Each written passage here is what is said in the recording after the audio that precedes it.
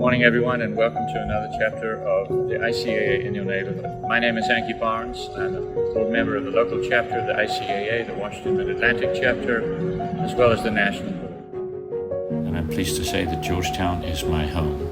Look at the glorious situation. Here we are at a bend in the Potomac River, looking upstream towards the towers of the Georgetown University on the hill, and in the middle of the town of Georgetown, the smokestacks that speak back to the working waterfront heritage of Georgetown when it was a port.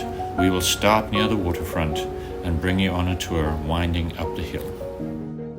It's well known that the English settled first on the East Coast in Jamestown in 1607, and very quickly, within 15 years, a tobacco boom was born. People were smoking tobacco in Europe and all over the world, and this drove a tremendous search for fertile land.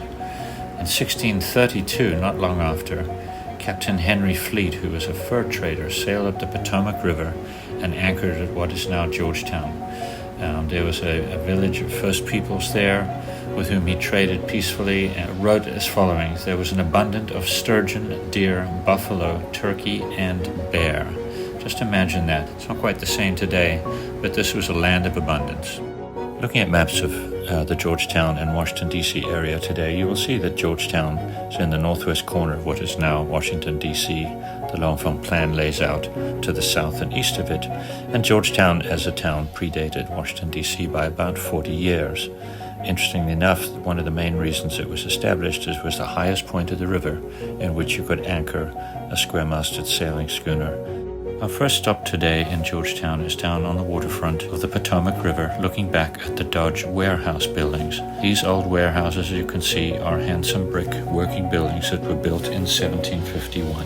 And they served the waterfront from the bottom of the main street, which is now Wisconsin Avenue.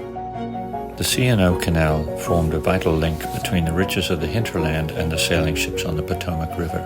It began in 1828 and finished in 1850, 183 miles long, and along its way it was able to pick up limestone, building materials for important buildings like the Capitol and the Washington Monument, lime to be brought down for kilns to make cement, corn and wheat and cotton and tobacco, and all of these things were brought by barges which stacked up in Georgetown and either unloaded directly or went into mills that sprang up all along the waterfront.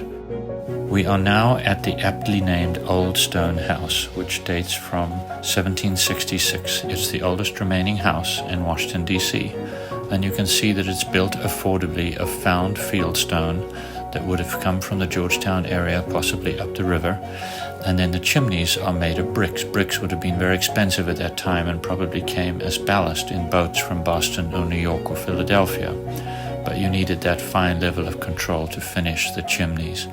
It has a beautiful garden and is still one of the quietest places to stop in Georgetown and take a walk. The heart of Georgetown is this intersection, which is essentially the intersection of Main and Main. These streets today are Wisconsin Avenue running up from the river towards the north, and M Street, which used to be Bridge Street. And on the northeast corner of this intersection is this handsome bank building. Its restrained neoclassical design and engaged semicircular porch really speak to the quality of design and construction. The dome is finished today as it was when it was built, in 24 karat gold. We are now facing the old Georgetown Market, which occupies a storage site which has its back to the canal and its front on formerly Bridge Street, now M Street.